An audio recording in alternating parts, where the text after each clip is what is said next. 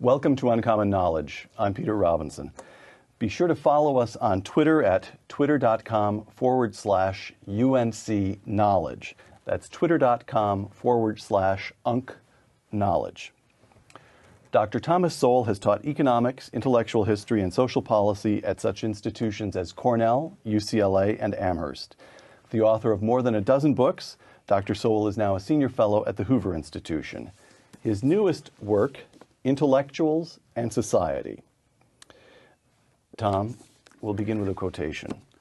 Then candidate Barack Obama in July 2008, quote, "It's like these guys, Republicans, take pride in being ignorant. They should go talk to some experts and actually make a difference," close quote. Well, talking to experts does make a difference. Many of the great disasters of our time have been committed by experts. You may remember FDR's brain trust, which according to later studies prolonged the Depression by several years. The whiz kids in the Pentagon under McNamara who managed to mess up the Vietnam War. You can run through an impressive list of things, of disasters brought about by people with very high IQs. All right. Segment one, the species of the intellectual. When you refer to intellectuals in Intellectuals in Society, whom do you mean? I mean people whose end products are ideas. There are other people with great intelligence whose end products are things like the Salk vaccine. A research scientist is not necessarily an intellectual. That's right. An engineer isn't necessarily an intellectual. That's right. Because the engineer is judged by the end product, which is not simply ideas. If he builds a building that collapses, it doesn't matter how brilliant his idea was, he's ruined. Conversely, if an intellectual who's brilliant has an idea for rearranging society, and that ends in disaster, he pays no price at all. I see. Let me quote Intellectuals in Society, quote, "The fatal misstep of intellectuals is assuming that superior ability within a particular realm can be generalized to superior wisdom or morality overall. Chess grandmasters, musical prodigies, and others who are as remarkable within their respective specialties as intellectuals within theirs seldom make that mistake." Explain that. Why would it? Well, let's take an example. Noam Chomsky, whom you write about in Intellectuals in Society, whose work in linguistics, in the first place, I can't understand it, but as best I can tell, everyone who understands his technical work within the field, within his discipline of linguistics, considers him one of the great figures of the 20th century. And his work in politics? Absurdity. The same could be said of Bertrand Russell and his landmark works on mathematics and other people in other fields, but they step outside their fields. And when you step outside your level of specialty, sometimes that's like stepping off a cliff. And why is it that intellectuals, that is to say people whose end product is ideas, should succumb to that temptation more than, to use your example, a chess grandmaster? Because a chess grandmaster can be world famous for doing absolutely nothing more than winning chess tournaments and making displays, as many of them do, of playing 5 chess games simultaneously while blindfolded. So Bobby Fischer had no need to opine on the politics of the day because he was getting rich and famous and making a brilliant career for himself within his narrow profession. That's right. That's right. But intellectuals, what? They languish in obscurity, no matter how smart. Well, the whole question of when is someone well known or not came up during the visit of Jim Flynn from New Zealand here a few years ago. He's one of the world's authorities on IQ tests. People, in India know about Jim Flynn. People in England, he made a world tour. But I doubt if the people in the next block from where he lives know who he is. I see. All right. It is far easier to concentrate, again, I'm quoting from Intellectuals in Society, it is far easier to concentrate power than to concentrate knowledge. Yes. What bearing has that got on the influence that intellectuals have over society as a whole? Because they believe that since knowledge is concentrated in people like themselves, What needs to be done is, in a quote from President Obama, is to put more power in the hands of the experts. So the intellectual temptation is to say, look, we already know everything. That's right. If only we also had The power. all the power, Yes. everything would be just fine. Yes. And what's wrong with that view? Why isn't that a sensible view? One, they don't know everything. They don't know 1/10 of everything. In fact, I argue that they probably don't know 1% of the consequential knowledge in a society. Consequential knowledge is a concept that runs through this book. Explain that concept. Knowledge whose presence or absence has consequences, serious consequences. I mean, I was once in a plane that was coming down for a landing in the Ithaca airport, and suddenly the pilot gunned the motor and went up again because someone in the control tower had reminded him that he hadn't lowered his landing gear. So that was consequential knowledge. Right? Yes, yes. I was just delighted that person had his eyes open and his mind on his work. So the notion here is that the kind of knowledge, the kind of consequential knowledge required to prove effective in governing a nation, such as the United States, with the biggest economy in the world, 300 million people, you can put together quite a large group of professors, and they're still not going to possess the knowledge that would enable them to run General Motors, for example, or to run the nation's healthcare system, for example. Oh, absolutely. In fact, one of the things that has happened all around the world in the 20th century was that all sorts of countries have tried central planning. Now, the guys who run the central planning, they usually have advanced degrees from prestigious institutions. They have mountains of statistics sitting there, and they have all the experts in the country at their beck and call. And yet when you take the power out of their hands and return it to the market, then all the hundreds of millions of people who don't have any of those things usually end up with a higher rate of growth and a more rapid decline in poverty. Because consequential knowledge by its nature tends to be diffused, widely diffused. Yes, yes. All right. Segment 2, intellectuals and economics. We've already touched on this. 2 quotations. Number 1, Paul Krugman, quote, "Rising income inequality isn't new, but what happened under Bush was something entirely unprecedented. For the first time in our history, so much growth was being siphoned off to a small, wealthy minority that most Americans were failing to gain ground even during a time of economic growth," close quote. Second quotation, Dr. Thomas Sowell in Intellectuals and Society. Quote, "The statistics that the intelligentsia keeps citing are much more consistent with their vision of America than the statistics they keep ignoring," close quote. That's a tough one to encapsulate, but the basic confusion is between statistical categories and flesh and blood people. It's true that if you look at the percentage of the income that went to the top 20% in some year A, and then later on, a decade later, you'll find that percentage has gone up.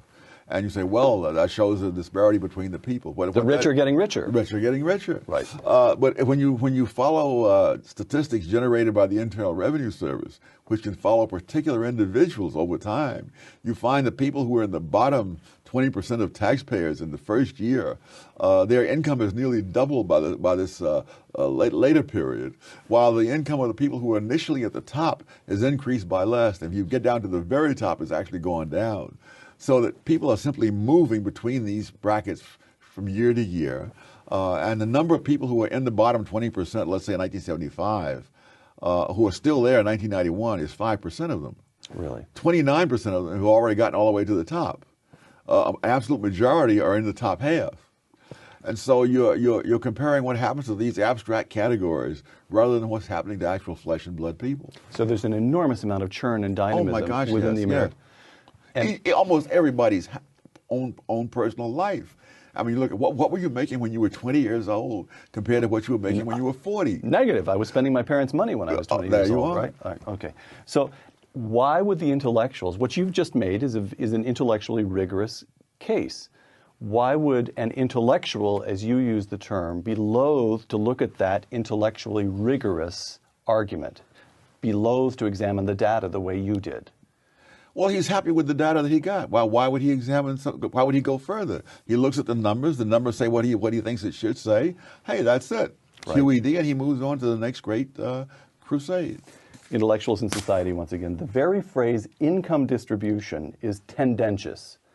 Wealth can be created only after capital and labor have reconciled their competing claims and agreed to terms on which they can operate together in the production of wealth. Close quote. Income distribution, the very phrase is tendentious. How come? Income is not distributed. Newspapers are distributed. Social Security checks are distributed. And one time, milk was distributed. Income is not distributed. People earn it directly from those to whom they provide some good or service. And the argument made by many people, you see, is that it's a question of capital and labor have conflicting interests in dividing up the income. Right. No. There is no income to divide up before they first reconcile their conflicting interests and decide on what terms they're going to produce that income. There is no there's no manna from heaven for them to fight over. You make the point, what I'm coming to is the economic crisis that we went through 18 months ago. But we'll start with the Great Depression, where all discussions of economic crises should start, probably. And you make the point that there are two large features of the Great Depression. One was the stock market crash, and the other was the enormous government intervention, which began under Herbert Hoover and continued and expanded under FDR, but began quickly, in other words. Yes. And so you say, so you have two large facts here. It's a very good question, which actually caused or prolonged the Great Depression, and it's a question that very few intellectuals actually examine. Well, one way of examining it would be to just look at the time period. The stock market crash occurred in October 1929. Now, there's data on unemployment month by month. 2 months after the stock market crash, unemployment peaked at 9%. It then began to decline irregularly till about 6.3% by June of 1930. Indicating the economy was attempting to recover on its own. Right. In June 1930, the government stepped in with its first massive intervention with a Smoot-Hawley tariff, passed despite a public appeal by more than 1,000 economists from the leading universities saying, don't do it. They did it anyway. It shows how much influence economists have. Within 6 months after that, unemployment hit double digits for the first time, and it never came down for the remainder of the decade, even for 1 month. And so the stock market crash brought you up to 9%, and that was starting to fizzle out. The government steps in to help, and that hits double digits, and it eventually got up to a peak of 25%, and it didn't fizzle out until the end of the decade. All right. Listen to a list, and then I'll ask you a question. Chairman of the Fed, Benjamin Bernanke, BA at Harvard, PhD at MIT, Professor of Economics at Princeton, Director of the National Economic Council, Lawrence Summers, undergraduate degree MIT, Doctorate Harvard, youngest tenured Professor of Economics and Harvard History, eventually President of Harvard, Treasury Secretary Timothy Geithner, AB Dartmouth, MA Johns Hopkins. He's the underperformer in the group. How did this group of intellectuals acquit themselves in handling the nation's economic crisis in 2008? Well, first of all, they didn't handle it. The politicians handled it. Ah. And so even if you were to say that these guys really could have done a great job had they had the unbridled power and so forth, they don't have the unbridled power. One of the problems with experts is that experts are hired by other people. And so you never know what the expert would have done. In fact, there was an article in the Wall Street Journal some time back that what the policies that are being followed in Washington are the direct opposite of the policies that Summers advocated when he published before he got to Washington. Right. So we should never assume that experts are just people they're supplying information to politicians who are trying to do good. So surely, though, the intellectuals had the notion that the government should step in is a hangover from the understanding of what took place during the New Deal, right? Oh, yes. Okay, so in other words, the intellectuals, the politicians are acting within a world of options that intellectuals have created over the decades. Yes. Right. And are you impressed by that, the intellectual framework? No. No. All right. All right. Segment 3, intellectuals and vision. Intellectuals in society. The vision around which most contemporary intellectuals tend to coalesce has features that distinguish it from other visions prevalent in other segments of contemporary society or among elites or masses in earlier times, close quote. What is the vision to which contemporary intellectuals subscribe? That intellectuals should influence, if not control, the kinds of decisions that are made in society, and more especially that they should promote the transfer of decisions from the masses to those who have, quote, more intellect. And given how I conceive of knowledge being its distribution, that would mean transferring decisions from where there's 99% of the knowledge to where there's 1% of the knowledge. And against that background, it's not at all surprising that things like central planning simply don't produce as good results as allowing all the millions of people to react in the marketplace. All right. Let me ask you a question that came in from Twitter. Travis814. All these questions are limited to 140 characters, so get ready. It's coming at you, but it'll go fast. Why does the liberal progressive mindset have such a stranglehold within the intellectual academic world? Why should the vision that you just described be so prevalent among intellectuals? Well, among the many reasons, most academic intellectuals have no experience, no serious experience outside the academy. I remember I was once an economist for AT&T when it was the world's largest corporation. And when I returned to the academic world, they welcomed me as the prodigal son, you see, had returned from the evils of corporate America to the true nirvana of academia. And not only do they have no experience, they have every incentive to believe that they are brighter than other people and know more than other people because they've been told that all their lives. I mean, you become a top intellectual because you've passed through all these successive filters. You've gotten into the best colleges. You've gotten into the best graduate schools. Or even from second grade on, the teachers are responding to you as a kid who passes tests especially well. Yes. Right. And so you have all of that in your background. You write in Intellectuals in Society, if you happen to believe in free markets, judicial restraint, traditional values, and other features of what you call the tragic vision, there's no personal exaltation arising from those beliefs. But to be for social justice and saving the environment puts you on a higher moral plane.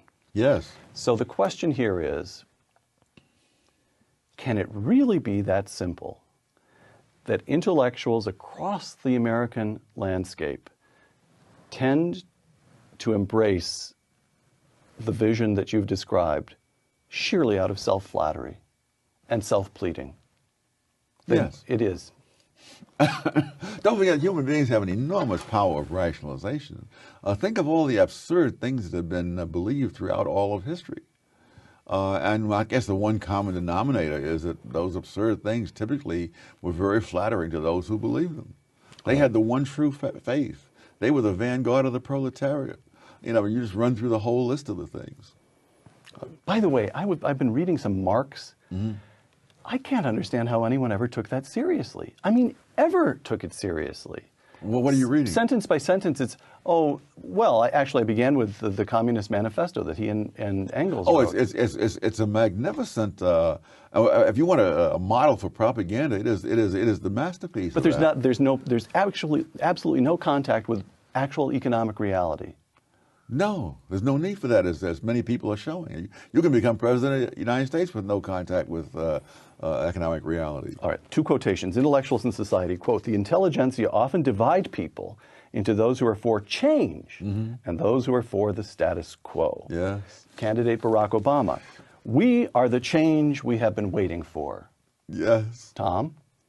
People who say things like this act as if they're saying something new.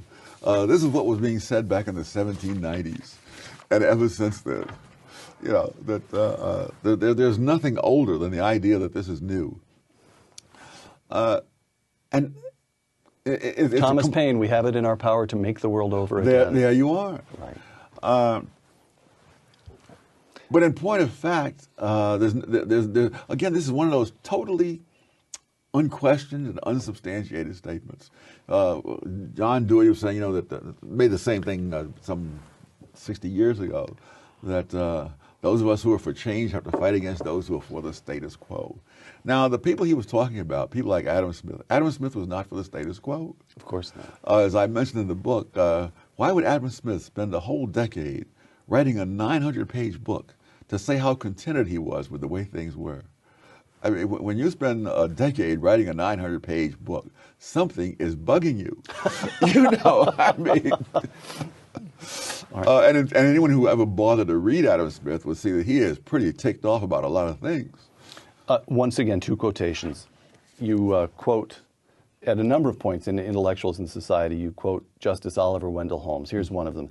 As Justice Oliver Wendell Holmes said, the word right is one of the most deceptive of pitfalls and a constant solicitation to fallacy. That's quotation one. Here's quotation two. Barack Obama, quote, healthcare should be a right for every American, close quote. Well, there's the fallacy. No, it's the word right. It's amazing. And in one sense, I simply cannot explain it. People say we have a right to affordable housing, decent health care, we have a right to all kinds of stuff. And the question is, where did this right come from? By the way, it is literally the case that I heard on the radio the other day. One of the questions in healthcare is plastic surgery, whether it'll be taxed or. I literally heard someone say that women have a right to Botox treatments. There you are. Just thought I'd mention that for you, Tom. Yes, well, but that's no more arbitrary than all the other things that are called rights. I mean, right now we're going to have this trial of these terrorists in a court of law, which is absolutely unprecedented and absolutely absurd. And the question is, where did that right come from? Well, it's not in the Constitution. It is certainly not in the Geneva Convention. It's just that by loose thinking, people say, well, prisoners of war get treated that way. Yes, they're not prisoners of war. The Geneva Convention said what prisoners of war were. People who adhere to the Geneva Convention get the protections of it.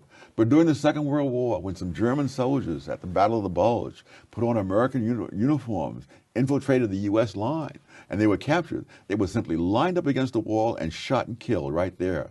And it was not something secret. The Army filmed it. And I've seen the films on the History Channel. Really? It was no question. If you don't play by the rules, you don't get the protection of the rules. It's that simple. Right. This leads us to segment 4, Intellectuals and War. From Intellectuals in Society, discussing the role intellectuals played between the two world wars. Quote, one of the most remarkable developments of the 1920s was an international movement among intellectuals promoting the idea that nations could get together and publicly renounce war. What were they thinking? I guess they weren't thinking, they were reacting. They were reacting to the horrors of the First World War, which most of those intellectuals had supported, by the way. And now they decide, no, that was so awful, we have to renounce war. There's no thought that, yes, you can renounce war. That does not stop your neighbor from building up the biggest army in the world and coming in and killing you. It's much like this. It's much like the thinking about gun control. You know, that you say, well, listen, I don't think people should have guns. Hey, I wish people didn't have guns. But the fact is that passing a law does not stop them from having guns. It just makes you defenseless. Right. One of the things I think I mentioned in there in passing is that in Britain, the burglary rate is far higher than the United States. And moreover, British burglars do not case the place before they go in. Now, if you're in the United States and you're going to bust into someone's house in the middle of the night, you may be met by a hail of bullets. Right. In Britain, they have made burglary a safe occupation. It's like OSHA for burglars. All right. Vietnam, Intellectuals in Society again. Among the many implications of the war in Vietnam was that it once again illuminated the role of the intelligentsia in influencing the policies of a society and the course of history. Close quote. We didn't lose the war. The intellectuals surrendered on our behalf. Yes. In fact, the communists themselves in later years admitted that there was no way they could have defeated the United States on the battlefield. And in fact, that the Tet Offensive, which was the turning point, that the communist guerrilla movement was virtually wiped out in the South. But the intellectuals saw that as a victory for the communists, and the war was unwinnable. And once a democratic country decides that a war is unwinnable, it becomes unwinnable. Right. Now, Tom, Vietnam raises a point that just has to be addressed, and that is the special place of intellectuals in the Democratic Party. Isn't that a fair point, that the Democratic Party became, at least as regards the Vietnam War, became wholly influenced by intellectual opinion, correct? Yes. How come? But it's also true that Nixon was, and it's not. No, that's true. That's true. See, because here's the thing: Machiavelli thought of intellectuals as influencing events by influencing the rulers and changing their minds. That isn't the role, as Vietnam clearly showed. Nixon didn't care a damn for the intellectuals. Right. But they created a climate of opinion in which if he continued that war, he would pay too high a political price. So he threw South Vietnam to the wolves, signed a negotiated agreement, and they love negotiated agreements. It doesn't matter what it says. So long as you sign it and you win the Nobel Prize, who cares if a few million people get killed in the aftermath? What's the transmission mechanism from intellectual opinion to the larger climate of opinion? This is where the media comes in. Oh, there are many. Oh, Right. yeah, there are many transmission belts. I mean, the schools, all from the elementary school right up through the graduate schools, the media, now increasingly the churches.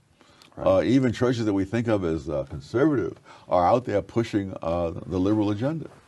Intellectuals in the Cold War, again, intellectuals in society. You're talking about Edward Kennedy. Senator Edward Kennedy was a leading voice for the nuclear freeze, joined by many other prominent political figures and by many in the media, close quote.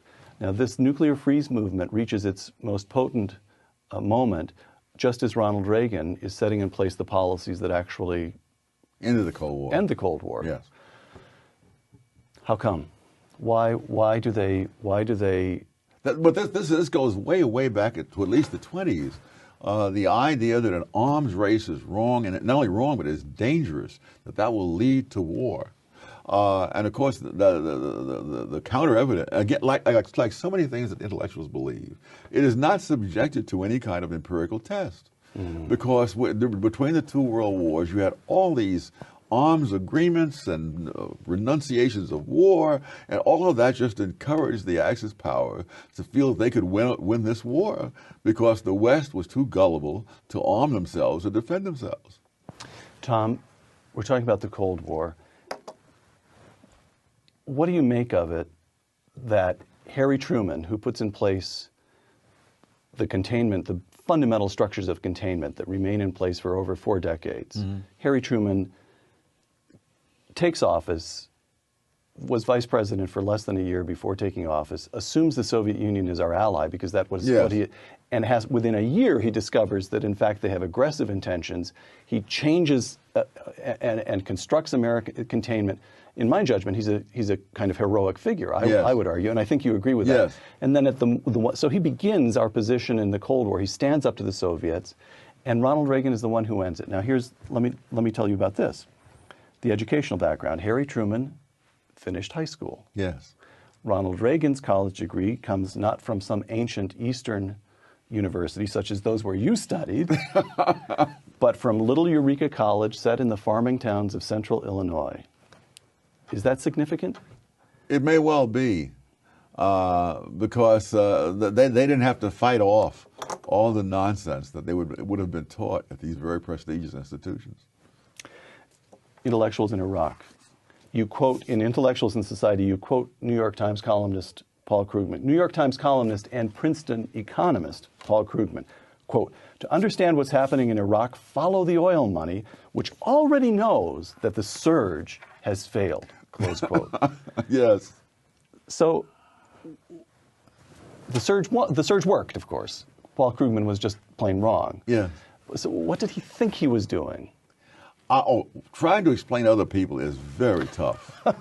I mean, in some senses, I mean, I am often baffled. Why did Larry Summers, try to hang on at Harvard? The man had millions. He could have stood up and said what he thought. The whole notion of people being independently wealthy is very shaky for me, because there are people out there with multi-millions who are afraid to speak their mind. Right. And there are other people who can barely make the rent who will say, just what they're thinking. Right. All right. Segment 5, Intellectuals and the Rest of Us. Again, intellectuals in society. There is a spontaneous demand from the larger society for the end products of engineering, medical, and scientific professions, but the demand for public intellectuals is largely manufactured by the public intellectuals themselves. Yes. Explain that.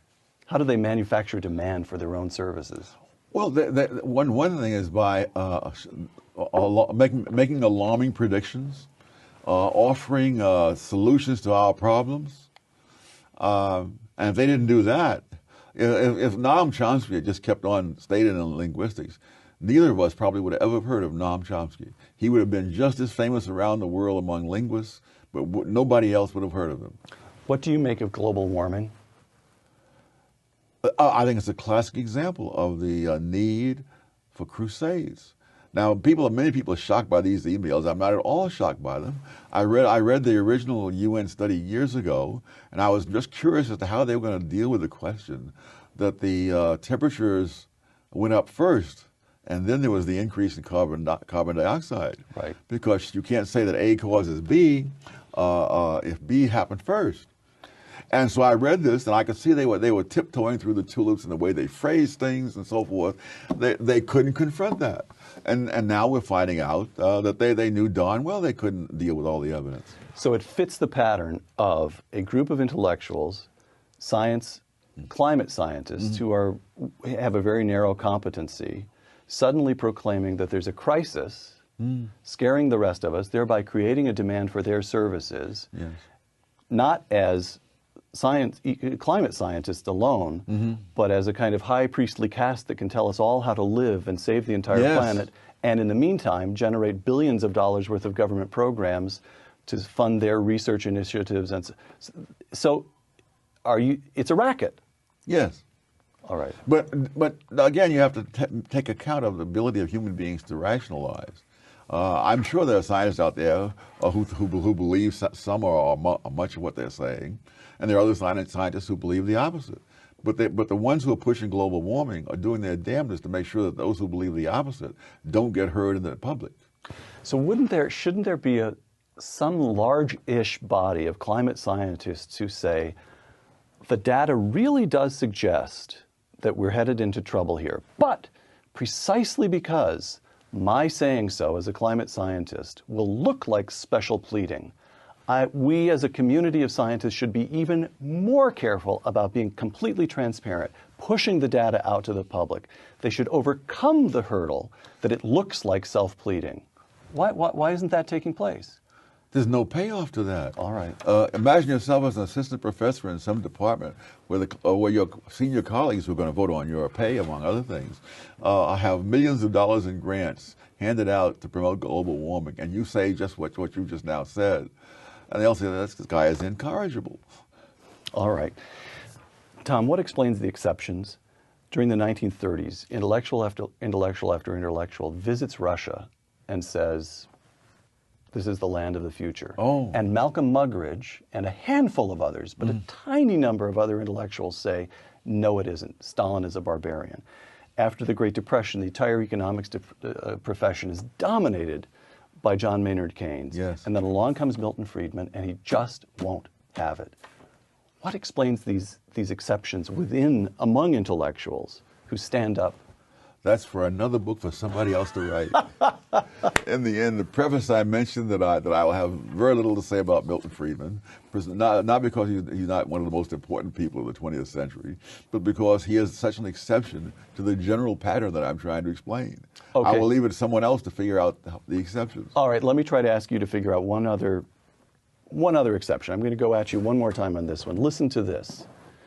Barack Obama holds degrees from Columbia and Harvard and taught at the University of Chicago.